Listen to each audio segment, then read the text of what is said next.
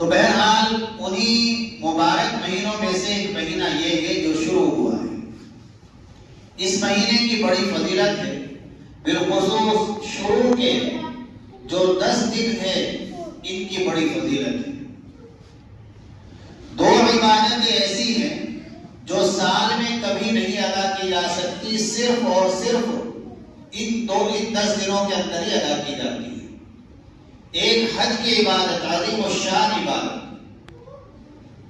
مکہ، کعبہ، میدان عرفات، مینا، مزدلفہ، سب وہی جگہ ہے پورے سال.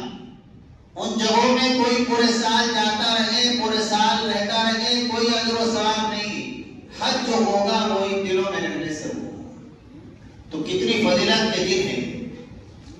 حدیث پاک کے اندر ہے، ترمذی شریف میں روایت ہے، اللہ کے نبی صلی اللہ علیہ وسلم نے فرمایا کہ اللہ کو ان نیک دنوں کے اندر، ان 10 دنوں کے اندر اللہ تعالیٰ کو نیک عمل بہت زیادہ پسند ہے، بہت زیادہ پسند ہے.